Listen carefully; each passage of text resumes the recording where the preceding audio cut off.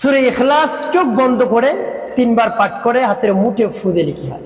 আমি আবারও বলছি, সূরা ইখলাস চোখ বন্ধ করে 3 বার পাঠ করে হাতের মুঠে ফু দিয়ে লিখি হয়। খুবই দামি এবং গুরুত্বপূর্ণ আমলটি। আমলটি আপনি শিখে রাখুন, আপনার কাজে লাগবে। আমলটি কখন কিভাবে করবেন, কোন নিয়মে করবেন, আমলটি করে কিভাবে আপনি উপকৃত হবেন আমি বলে দিচ্ছি।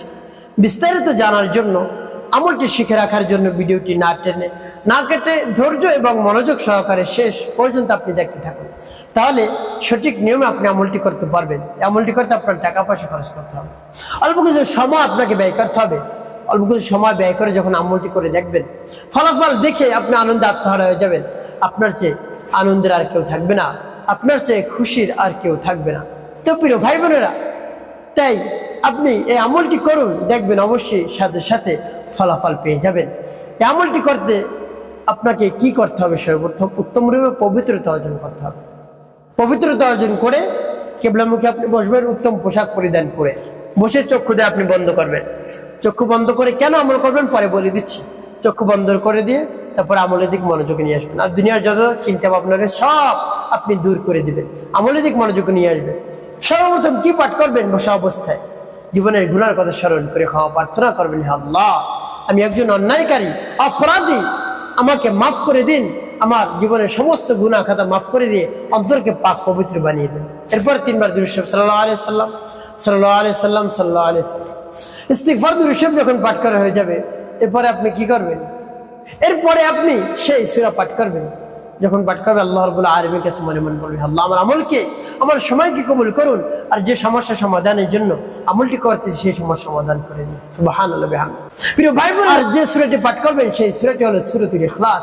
এই সূরাতুল ইখলাসের অত্যন্ত গুরুত্ব রয়েছে এবং ফজিলত রয়েছে। একবার যদি পাঠ করতে পারেন, মাত্র একবার, 10 পারা কোরআন শরীফ পড়ার সব, 2 বার পাঠ করতে পারলে 20 পারা কোরআন শরীফ পড়ার সব, 3 বার পাঠ করতে পারলে 30 পারা কোরআন শরীফ পড়ার সব, অর্থাৎ পুরো কোরআন শরীফ পড়ার সব আল্লাহ রাব্বুল আলামিন আপনার আমল নামায় লিখে দেবেন। সুবহানাল্লাহি ওয়া বিহামদিহি। তো প্রিয় ভাই বোনেরা, তাই সূরা ইখলাস বেশি বেশি পাঠ করুন। আর যদি 10 বার পাঠ করতে পারেন, জান্নাতের মধ্যে আপনার জন্য আপনার নামে একটি বাড়ি বরাদ্দ হয়ে যায়। সুবহানাল্লাহি ওয়া বিহামদিহি। প্রত্যেক দশকে একটি করে জান্নাতের মধ্যে বাড়ি হয়। তো আপনি থাকবেন দুনিয়াতে, বাড়ি হবে জান্নাতে। সুবহানাল্লাহি ওয়া বিহামদিহি। দুনিয়াতে থেকে জান্নাতের মধ্যে অট্টালিকা আপনি নির্মাণ করুন। দেখুন, দুনিয়ার মধ্যে আপনি একটা বাড়ি নির্মাণ করতে আপনি 5 মিনিটে বা 2 মিনিটে পারবেন না, কিন্তু আপনি জান্নাতে সেটা করতে পারবেন। সুবহানাল্লাহি ওয়া বিহামদিহি। এতই বরকত, এতই আল্লাহ রাব্বুল আলামিন নিয়ামত রেখেছেন জান্নাতের মধ্যে।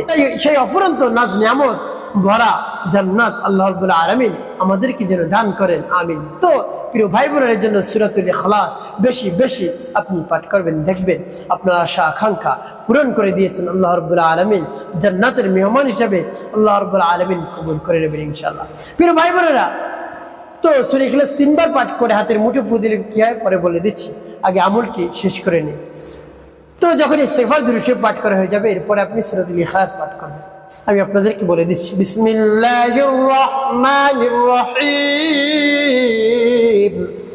কুল হুয়াল্লাহু আহাদ, আল্লাহুস সামাদ, লাম ইয়ালিদ ওয়া লাম ইউলাদ ওয়া লাম ইয়াকুল লাহু কুফুয়ান আহাদ।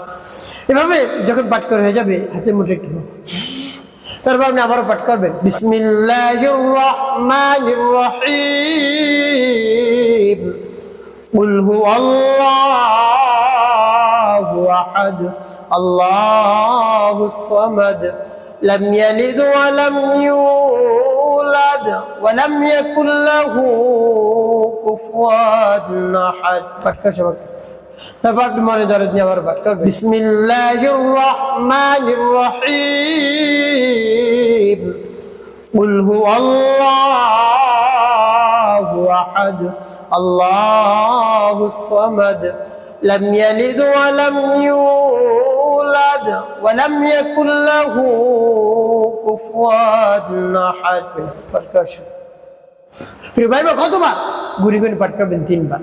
শেষে নবীজি সাল্লাল্লাহু আলাইহি সাল্লামের মহব্বত নিয়ে, ভালোবাসা নিয়ে আপনি 5 বার দুরূদ বিরাম পাঠ করবেন, আল্লাহুম্মা সাল্লি আলা محمد وعلى آل محمد كما صليت على إبراهيم وعلى آل إبراهيم إنك حميد مجيد اللهم بارك على محمد وعلى آل محمد كما باركت على إبراهيم وعلى آل إبراهيم إنك حميد مجيد اللهم صل على محمد وعلى آل محمد كما صليت على إبراهيم وعلى آل إبراهيم إنك حميد مجيد اللهم بارك على محمد وعلى آل محمد كما باركت على إبراهيم وعلى آل إبراهيم إنك حميد مجيد اللهم صل على محمد وعلى آل محمد كما صليت على إبراهيم وعلى آل إبراهيم إنك حميد مجيد اللهم بارك على محمد وعلى آل محمد كما باركت على إبراهيم وعلى آل إبراهيم إنك حميد مجيد اللهم صل على محمد وعلى آل محمد كما صليت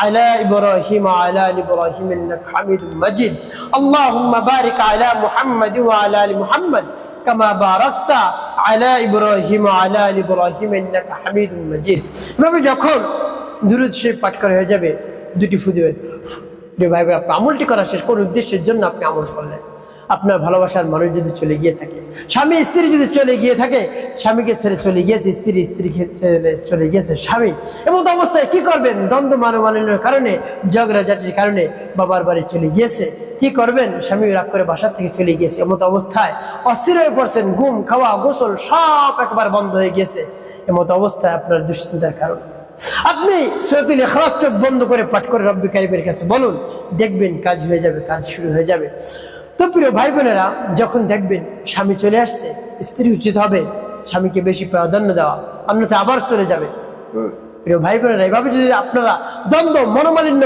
বেশি দিন দীর্ঘায়িত করেন তাহলে ভালোবাসার মধ্যে ফাটল ধরে তারপর দেখা যায় পরকীয়ায় লিপ্ত হয়ে যায় যে আপনি একজন স্ত্রী স্বামীকে যদি ভালো না বাসেন তাহলে সে পরকীয়ায় লিপ্ত হয়ে যেতে পারে তাই কারণ আপনার কাছ থেকে ভালোবাসা পায় না যতটুকু ভালোবাসা পাওয়া দরকার সে পাচ্ছে না আর যে চাহিদা তার সেইটা হচ্ছে না তো আপনাকে কেমন করে ভালোবাসবে এভাবে স্বামীও যদি স্ত্রীকে ভালো না বাসে তাহলে সেই স্ত্রী পরকীয়ায় লিপ্ত হয়ে যায় দেখা যায় যে স্বামী কোনো ভালোবাসা দিচ্ছে না কোনোভাবেই ভালোবাসছে না তো আমি কি করব এভাবে থেকে এই জন্য পরকীয়ায় লিপ্ত হয়ে যায় তো এখন দেখবেন পরকীয়ায় লাভ হচ্ছে কতই নির্লজ্জ বেহায়ার মতো এভাবে পরকীয়ায় লিপ্ত হয়ে যাচ্ছে তবে ভাই বোনেরা এই পরকীয়া থেকে আপনার স্ত্রীকে আপনার স্বামীকে আপনি বাঁচান বেশি বেশি স্বামী স্ত্রী উভয়ের মধ্যে ভালোবাসার সৃষ্টি করুন একজন অপরজনের মধ্যে মোহাম্মত সৃষ্টি করুন দেখবেন আপনাকে ছেড়ে কোথাও সে যাবে না কারোর সাথে পরকীয়ায় লিপ্ত হবে না তো প্রিয় ভাই বোনেরা দ্বন্দ্ব মনোমালিন্য ঝগড়াঝাটি এগুলো ছেড়ে দিন সংসার শান্তিপূর্ণ হবে